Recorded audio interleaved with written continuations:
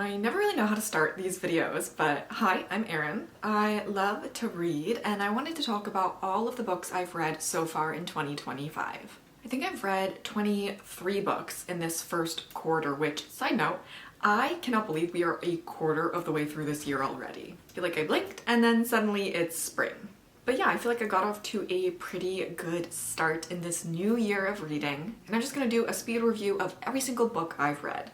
And yeah, without any further ado, let's go through all of the books starting from January 1st. Alright, I started the year off with Warbreaker by Brandon Sanderson, which is one of his standalones in the Cosmere. It's Sanderson, so of course it has expansive world building and a really cool magic system. Basically follow two princesses, one who was intended to marry the god king of a rival country. However, she is the favorite daughter of their father, the king, so he decides to send her younger sister in her place. Obviously, the older sister isn't too pleased with this. She's literally trained her entire life for this role. And they perceive this god king to be a monster and a heretic. So she also sneaks away from her own country, intending on saving her sister and trying to prevent a war between these two nations. We also follow a bandit and a god who doesn't believe in his own godliness. The magic system involves using breath and color. Of course, it's really cool and I've never really read anything like it. I had a lot of fun with this book. I think it's totally worth reading if you like fantasy and if you like Sanderson. But it's not my favorite work of his. I definitely prefer Mistborn or the Stormlight Archive to this. This book focuses a lot on the themes of politics and religion and how you treat those who have, differences to yours. Then of course there is a war brewing and there's also a bit of a romance between our princess and the God King. I've heard some people describe this as a romantasy, and I would not say that is true at all. Like, yeah, there is a little bit of romance like I just said, but it is nowhere near to the level of a romantasy. Anyway, because it does focus so much on politics and religion, some people could find that to be a little bit slow. I personally really liked it. I thought it was really interesting, but it's not as action-packed as other books of his like Mistborn. Also, it is just a standalone, so while the world is really cool and interesting, this is all you get. Still though, I really liked it, would recommend it. I gave it like a 4 or 4.25 out of 5 stars. Then my second book of the year was actually a reread. I don't tend to reread a lot just because there's so many good books that I haven't yet read, but I was so enamored with The Unmaking of June Farrow by Adrian Young from last year that I had to reread it. This book is a bit of a fiction, a bit of a mystery, a bit of a romance, and of course it involves time travel.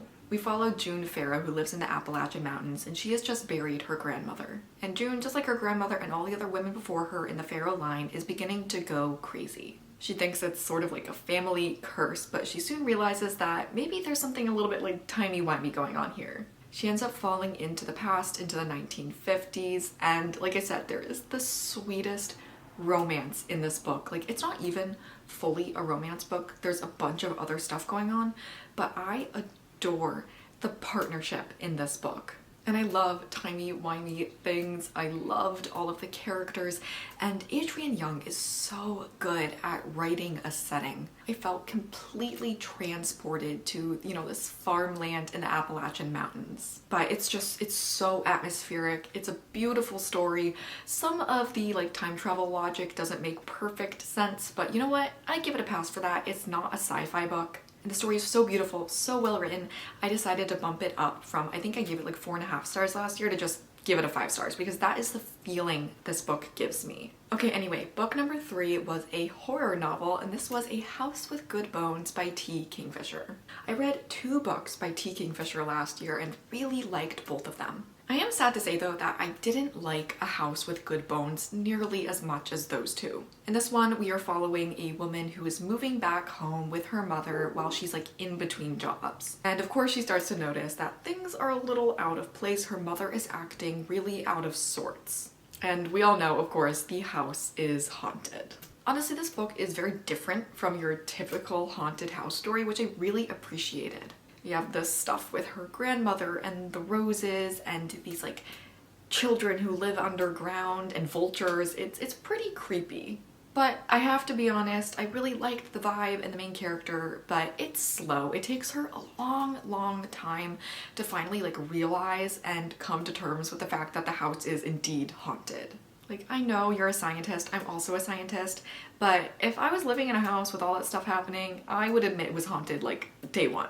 And honestly, at the end, I thought things were like a little bit too convenient and just like not explained all that well. But I had a good time. I liked the vibe. I always love the way T. Kingfisher writes. So I'd still give it like a solid 3.25 out of 5 stars. Then I read Shady Hollow by Juno Black, and I read this for one of my book clubs. Yes, I said one of because I am in 2 different book clubs. But anyway, Shady Hollow is the first in a series set in this like little forest village called Shady Hollow. We follow anthropomorphic animals, including our main character Vera Vixen, who is a reporter. And this is a murder mystery because at the beginning of the book, our poor like local recluse, the Toad, is found floating belly up in the pond.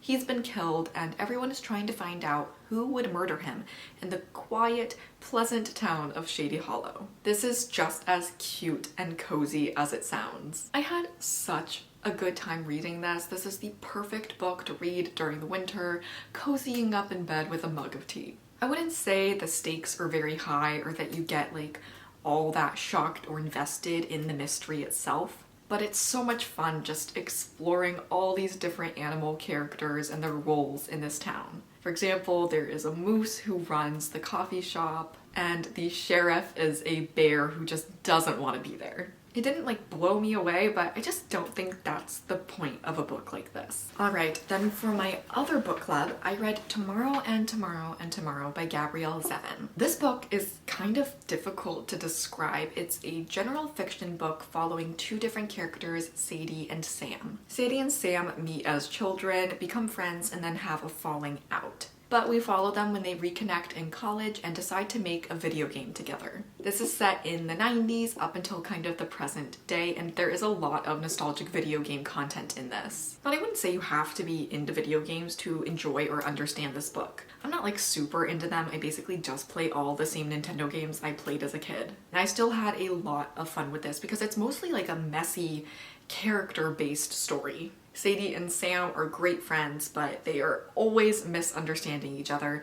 In that way, it almost reminds me of Normal People by Sally Rooney. There's also a lot of discussion on race and culture and disability. Oh, and cultural appropriation as well, which I thought were all not only like really interesting topics to explore, I thought the way that Gabrielle Zevin presented them and talked about them was really realistic. And I really did love the writing style of this book. I loved the characters, although I will say that if you don't like miscommunication, you probably won't like this book. I'm not a huge fan of miscommunication, so it bothered me a little bit. Like where you just want to sit these 2 characters down and force them to have an open, honest conversation. But again, that's pretty realistic. People are terrible in real life at communicating with one another. But overall, I had a really good time and I see why this is so beloved.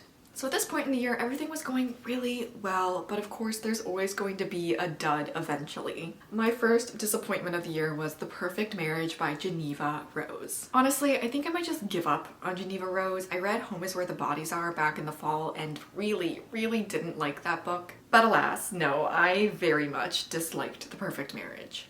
This is a like thriller mystery following a husband and wife.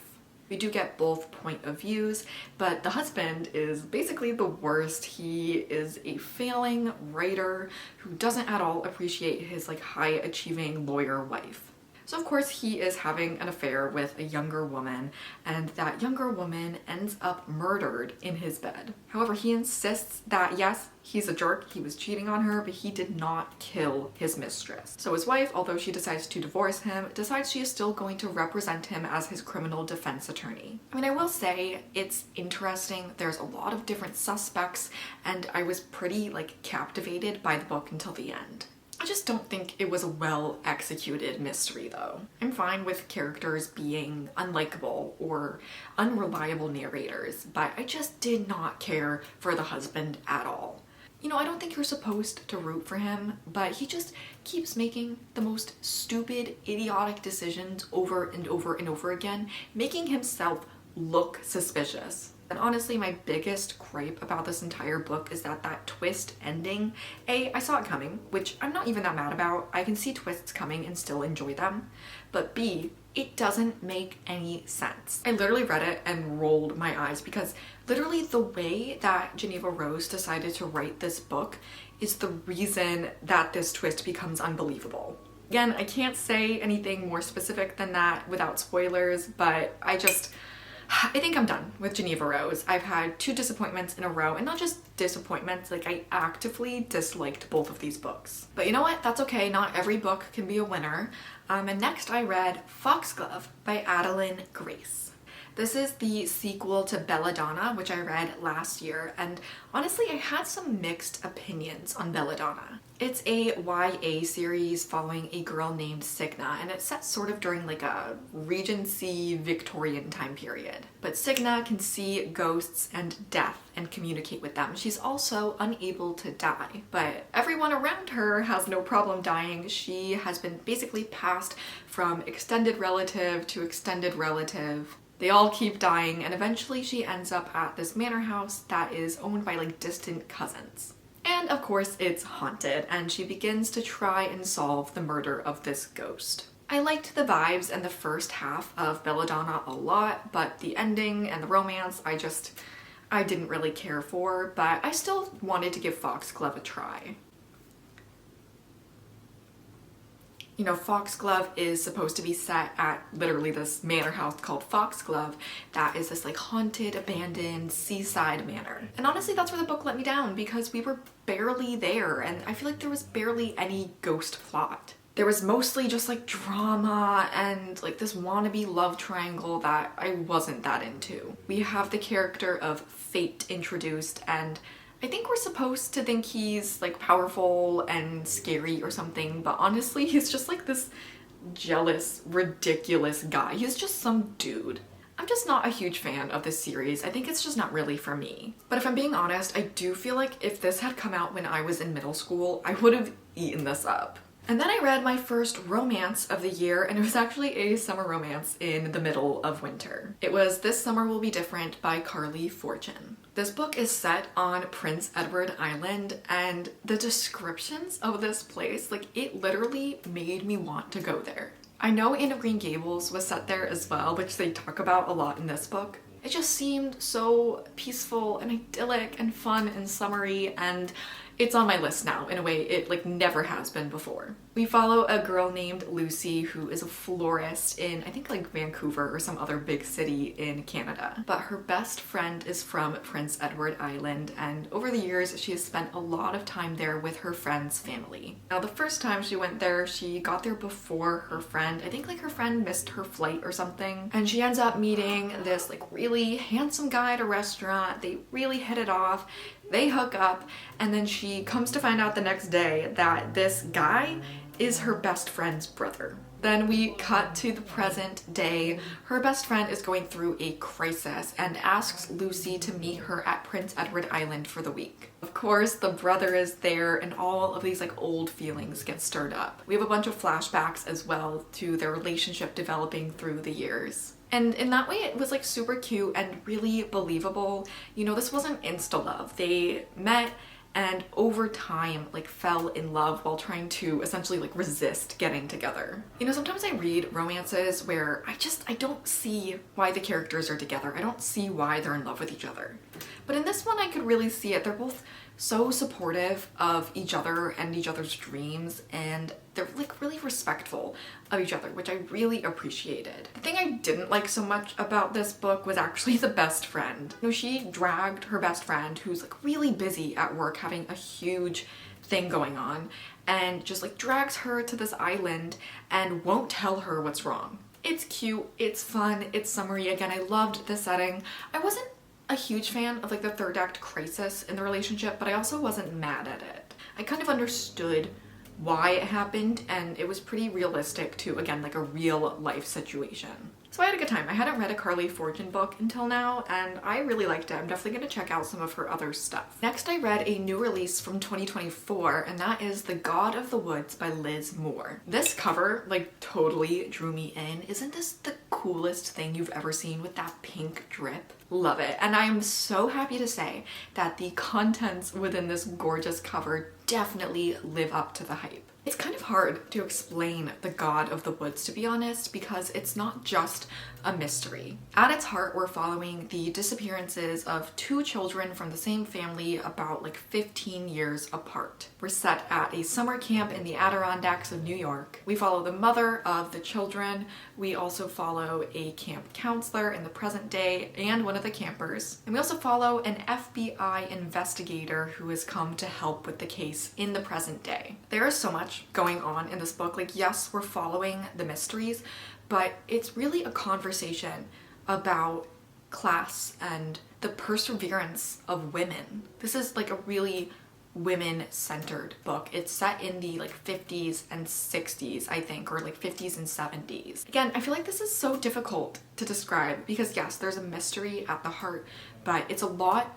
slower and more character driven and more thematic than just a thriller. I could definitely see people not liking it if they go into it expecting it to be a thriller. But for me, I loved reading about all of these characters and their lives. And again, it has a bit of like a lit fic lean that I absolutely adored and I wasn't expecting. The criticisms would be, yeah, it tends to be like a little bit on the slower side, but I didn't really mind personally.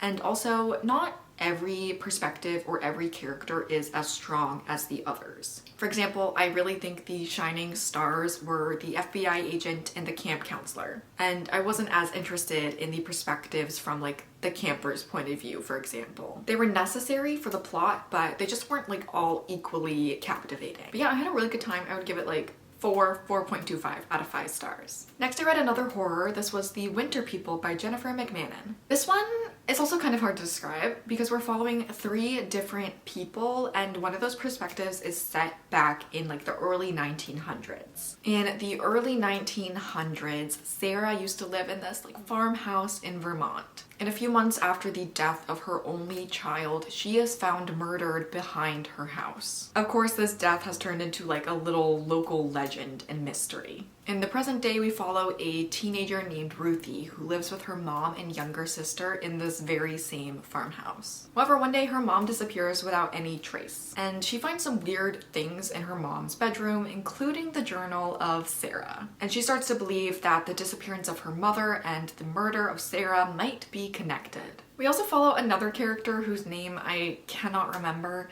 She comes to this small town essentially looking for Ruthie's mom. I really liked the atmosphere of this book, and I did like how all of the different perspectives and like timelines came together. But Sarah's story is like by far the most interesting part of this book. I wasn't nearly as into the other 2 characters. Especially Ruthie, like I feel like she's just faffing around and it takes a while for the puzzle pieces to start coming together in her chapters. I will say though is I did like the ending and the reveal of like what was living out there in the woods and how that came to be. But overall, I did really like it. I would recommend it if you like a bit of a slow, eerie kind of horror novel. We are in February territory now, and I basically read romances all of February. And this wasn't because of Valentine's Day, actually. It was because I was traveling for most of the month, and when you have no mental energy, I don't want to read a lot of like fantasy or sci-fi books, so I just read a lot of romances. They're like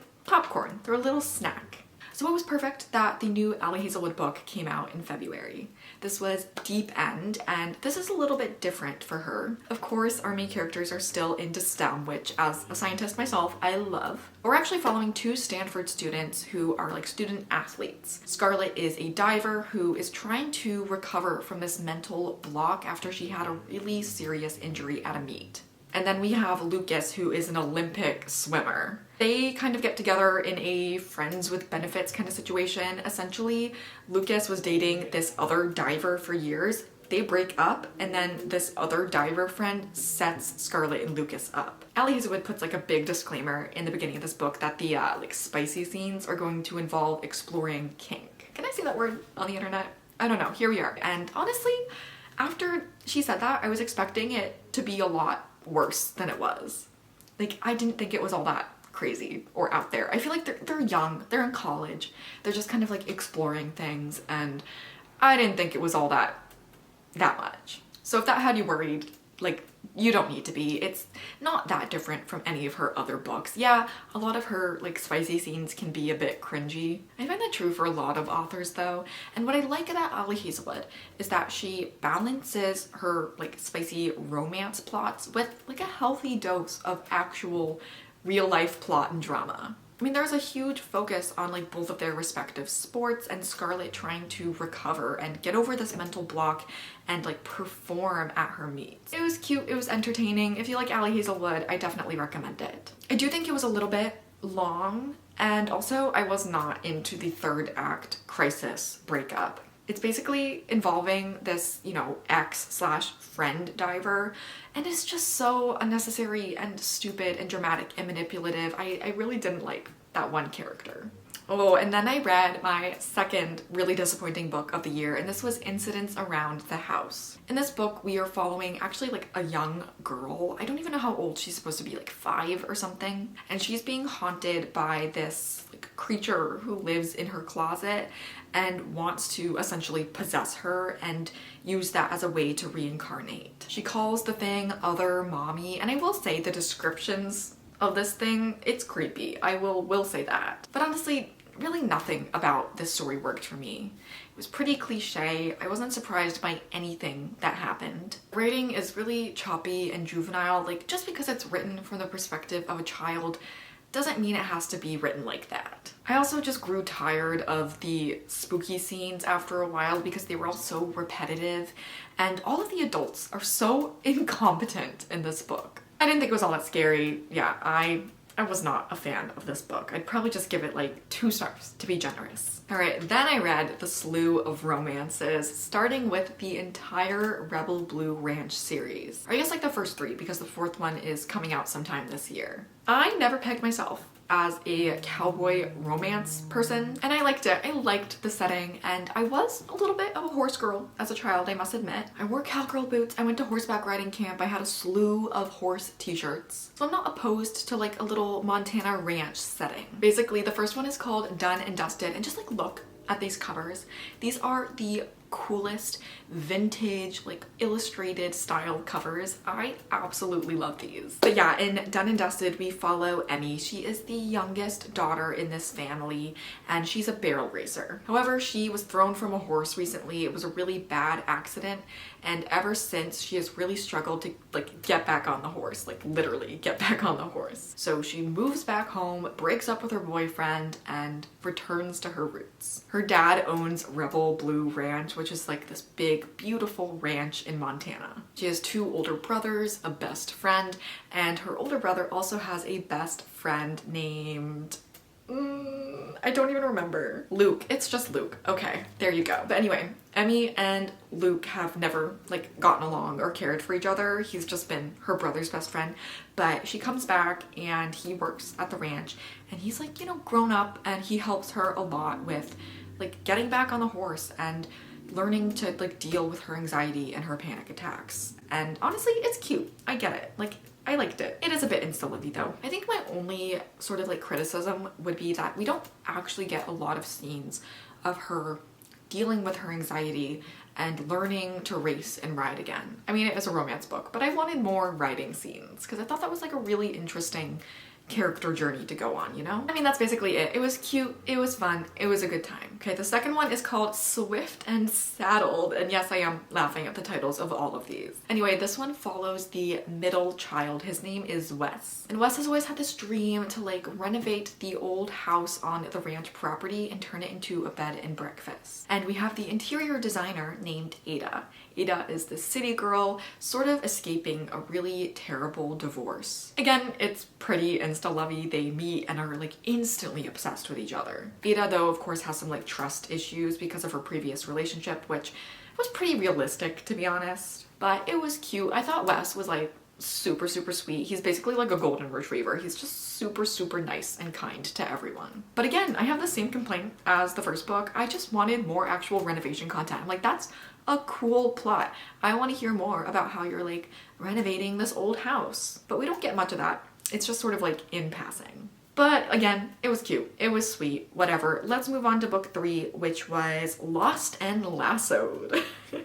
This one follows the oldest brother, Gus, and actually Emmy's best friend, Teddy. They've kind of been like enemies for a long time. I mean, as much as people can be enemies in real life. But Teddy ends up jobless after the boutique she works at closes. And she kind of reluctantly takes up a nannying position for Gus's child. So of course, she's like there at the house all the time. They end up falling in love, kind of begrudgingly at first. It's cute. I mean, I appreciate the journey both of these characters go on. Gus has to learn that he can't always be like Mr. Dependable, reliable, I can do everything, because you literally just cannot do everything. And Teddy's trying to find like her way in life and also dealing with her sick father. I liked it, but I was not a fan of the epilogue. I hate those epilogues where everything is like really saccharine and over the top. It's like, you guys, I know you've known each other your whole lives, but you've been together romantically for 2 seconds. Slow down. They're fun, they're cute. If you want to read a cowboy romance, have at it. Okay, then I read one that a lot of people love, and that is Out on a Limb. This is by Hannah Bonham Young, and I never would have picked this book up because it is so not my thing. Basically, our main character, Wynn, she has a one-night stand with this guy named Beau, and she ends up getting pregnant. She decides to keep it, and then they're like gonna be raising a child together, and they fall in love. I am not into like reading about pregnancy. Like I'm not interested. There's nothing wrong with having kids or being pregnant or any of that stuff. It's just not my cup of tea. I don't want to read that. I was traumatized by reading Breaking Dawn at 11. Okay, I'm done. I'm over it. Never again. But everyone loved this book so much. So I was like, okay, I have to pick it up and see if it's worth the hype. It's well written. There's a lot of like disability rep, which is super cool. And I enjoyed the, you know, like mutual respect that they had for each other. But yeah, it's not my thing. And also this book just made me like a little bit anxious because basically Wynn moves in with Beau and is like pretty reliant on him like financially and everything. And it kind of makes sense, right? Like they're gonna have a kid together and she needs a place to live, but like she barely knows him. Like, I know they're gonna have a kid together and he seems nice, but like she puts herself in this super vulnerable position and he could have been a serial killer for all she knew. All right, last romance I read was Love at First Book by Jen McKinley. This is a book about book lovers, and I mean, obviously that is right up my alley. The reason my boyfriend and I started dating, fiance and I started dating 8 years ago was because of a book. But yeah, basically we follow a librarian named Emily who moves to Ireland to work at this small bookstore in this like little Irish village. But she's also there to help her favorite author, essentially this world's J.K. Rowling, write the next and final book in her like Harry Potter series. Now, of course, this writer has a son, he owns the bookstore. He's not too happy that Emily is there for like, you know, reasons that we don't need to get into. They end up falling in love. Again, it's insta-lovey. I don't really see why they fell in love. I mean, the Irish village setting was absolutely incredible, but my favorite part was definitely the relationship that the author Siobhan has with Emily. And there's also some very like emotional stuff in this book. I don't want to say much for spoilers, but there are issues with like health and cancer, and it is kind of sad. But that was like my favorite part of the book, was honestly the relationship between Siobhan and Emily, not the relationship between Emily and, I don't even remember his name, Kieran Murphy. That's like the most cliche Irish name ever. Considering this is a romance book, I kind of was hoping the actual romantic relationship would have been fleshed out a little bit more. But yeah, if you want to like have a little bit of a cry, read this book. Then I read Ruthless Vows by Rebecca Ross. This is the second book in the Divine Rivals duology. A lot of people were obsessed with Divine Rivals and were super disappointed in this one, but that's not the experience I had. I thought Divine Rivals was good, but it really centers on the romance between our two main characters, Roman and Iris. Roman and Iris are like rival journalists trying to get hired at this paper. But there is a magical war between two gods going on, and Iris ends up going to the front to report there and search for her missing brother. I think a lot of people love the first book because of the romance, but for me, I definitely wanted more world building and information about the magic and the gods. So I was really happy that we got a lot more of that in this one. It's less focused on the relationship and focused a lot more on the action and the plot. which again, for people who loved the first book, I think that's what they didn't like about this one. I mean, all that to say, I wasn't like in love with this book. This series is such a vibe. I love the characters. Like Roman and Iris are so cute and so dear to my heart. But I thought the ending of this book was just a little bit too easy. It didn't feel like hard won enough, if that makes sense. That and the villain in this, Dacre, he's one of the gods, he's just some guy. Like, he never really seemed all that scary or powerful to me. He's like the big bad, but he's just a jealous ex, honestly. Like, I wasn't that impressed by him. So as much as I love the writing and the atmosphere of this series, I don't think it's quite as good as all the hype led me to believe. I still really enjoyed it. I would reread it. I would recommend it. But I way prefer Rebecca Ross's other duology, The Elements of Cadence. Whereas Ruthless Vows, I'd probably give like 3.5, 3.75 stars. Next, I read a sci-fi novella called Binti. This is under 100 pages, and it's a really cool, like, epic following a character named Binti, of course. She leaves her hometown and her home planet for the first time to board this spaceship to go to this prestigious university. Nanette Okorafor essentially like drops you in this really cool sci-fi world with these like ancient rivalries between these alien species and really rich culture, especially when it comes to Binti. But because it's so short, I just felt like we didn't get a lot of detail. There are things that happen that we just really like skip over. For example, there would be characters who died, but you didn't get even like a single line of dialogue from them, so it's hard to care. And also, as like cool as the ending was, I just didn't find it to be believable. Everything seemed a little bit too convenient and easy, but I will say I loved Binti as a character. She's so smart and tenacious. And I do want to read the other books in this series. Then I had my first 5-star read of the year that wasn't my reread of The Unmaking of June Farrow, which I feel like it kind of doesn't count because it was a reread. I absolutely loved The Tainted Cup by Robert Jackson Bennett. This is kind of like if Sherlock Holmes met Attack on Titan, and I love both of those things. This is set in a fantasy world where the country has these concentric rings of walls. The walls are supposed to protect them from these leviathan monsters that come out of the sea and rampage towards the land. They also use leviathan blood to augment and change themselves magically to have certain abilities. For example, our main character, Din, is an engraver. That means he was enhanced to magically remember every sight, sound, smell experience and be able to like relay it to somebody else. Din is our like Watson character. He is an assistant investigator to our Sherlock character, Anna. And in the beginning of this book, an Imperial officer is killed by this like magical tree sprouting violently from his body. Which, I don't know about you, but I would not want to die like that. Anna and Din are assigned to investigate this death, and of course it is a lot messier and a lot more political than you first think. This book was so good. It's not only a great mystery, it's a great fantasy. Then of course there's all the tension, not only just from like the murders and the mysteries surrounding that, but from these leviathan potentially destroying the walls and like killing all of humanity. I was captivated from page 1 right till the very end, and I cannot wait for the second book to come out. It's hard to explain like exactly what made this book so good, but there's just like not a single thing in this that I would change. Then I read an actual just like straight mystery. This is The Last Time I Lied by Riley Sager. I've read a few Riley Sager books now, and I definitely think this is one of my favorite ones. In this book, we follow a character named Emma. She's an artist who ends up returning as like an art teacher to the summer camp she went to as a middle schooler. The summer camp has been closed for 15 years though, because while she was there, her cabin mates, these 3 girls, all went missing without a trace. Emma decides to go, not just to teach, but to try and solve the mystery of what happened to her 3 friends. I really liked the setting of this. Like, a summer camp setting is really fun. It's on this kind of like creepy lake, and there are a lot of like local legends and eerie ghost stories about the camp.